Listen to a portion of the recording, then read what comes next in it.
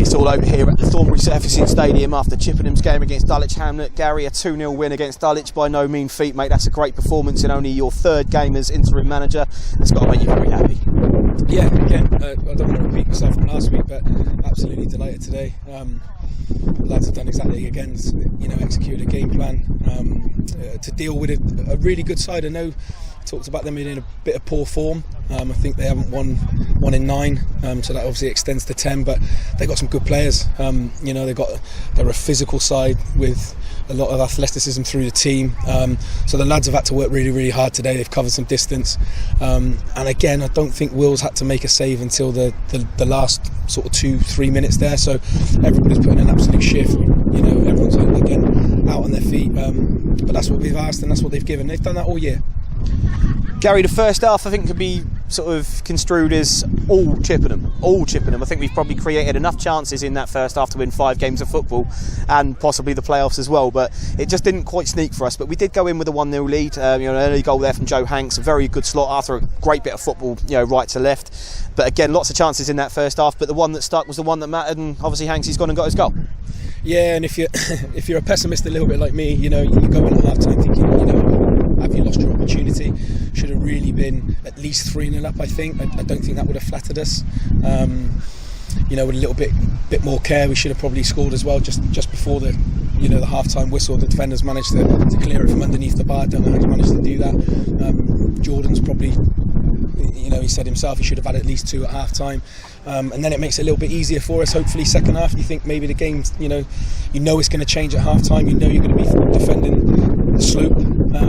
But yeah, we played some really, really good stuff first half, and again in those transition moments, really created some really good opportunities on the counter as well. Second half, after the team talk, Gary, both lads sort of come out, and we were expecting Gavin to really get into his lads and come out with a look. We probably just had a free hit there. They probably could be 3 or 4 clear. They didn't really come out and test us much in the second half either, really. As he said, Will's only really had one save to make right at the very end there. But as the game started to head towards that sort of 75 to 80 minute mark, it must have been playing on your mind a little bit, the missed chances earlier on. But in the end, it was a bit of a bit of a scrappy goal really from KP. Joey bundled in at the back post, but it shows you that time and time again, sometimes your captain's the one that pull you out the proverbial and get it over the line for you. It didn't feel scrappy on the sideline, let me tell you that. As soon as that went in, that was a relief.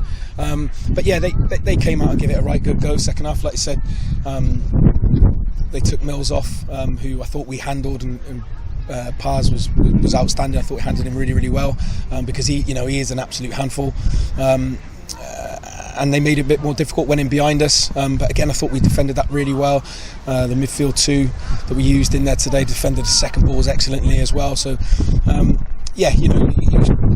know they said they didn't create much, and I did say that as well, but the lads have had to put in a shift to try and maintain them in midfield. They did have a bit of an overload in there at times, and took us probably, and I say us on the side, to work out why. But I think, as I said, as the game went on, the lads managed those big moments in the game really, really well.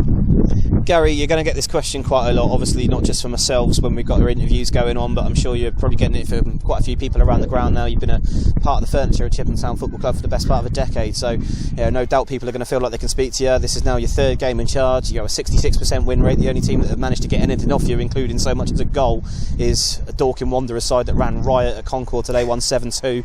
It sort of puts our result into perspective when we go there and only lose 3-0, and to be fair, the game was on a knife edge for a large portion of that. You're going to get the question time and time again, Gary, but with the club doing so well so far this season to put ourselves in the position, and now yourself as the interim manager at Chippenham Town, winning 2 of your first 3 games, both at home, both to 0, those playoffs are starting to look really likely if you can keep doing that and keep maintaining, so surely that's the aim. The games don't get any easier, so we'll go to Ebbsfleet next week and see what we can do. We'll work hard this week. The challenge that we've got is that we need to get recovery into these players. I keep saying it, that we've only got really 10 senior pros. We've had to use yesterday.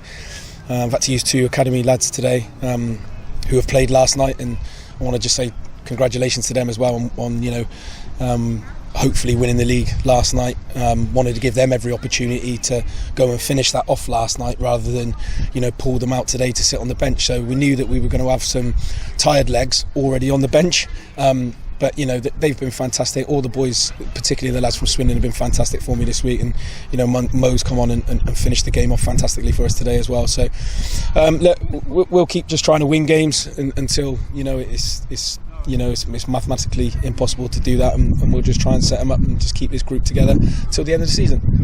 I know it's obviously one that you'll always shy away from this question, Gary. But if this is now an audition for Chippenham Town manager come the end of the season, you're not doing a half bad job, mate. Look, like I said all along, it's an easy job to step into at the moment because it's a group of players that are really well drilled, and everybody knows their jobs, and it's a fantastic group in there. I've just said the same in there to them now. There's no one in there that doesn't want to work hard. There's some guys in there that you probably say they have a little bit more quality in other areas. But nobody doesn't play their part in there. Nobody doesn't work hard for the shirt, and that's all you can ask. You mentioned the games don't get any easier. They certainly don't get any easier than the side that a lot of people sort of touted pre-season as the favourites to win this division.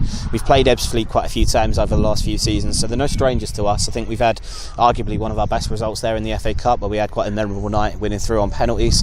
We had a reversal of that in the FA Trophy, I believe, where they dumped us out and made it look very, very much the same story.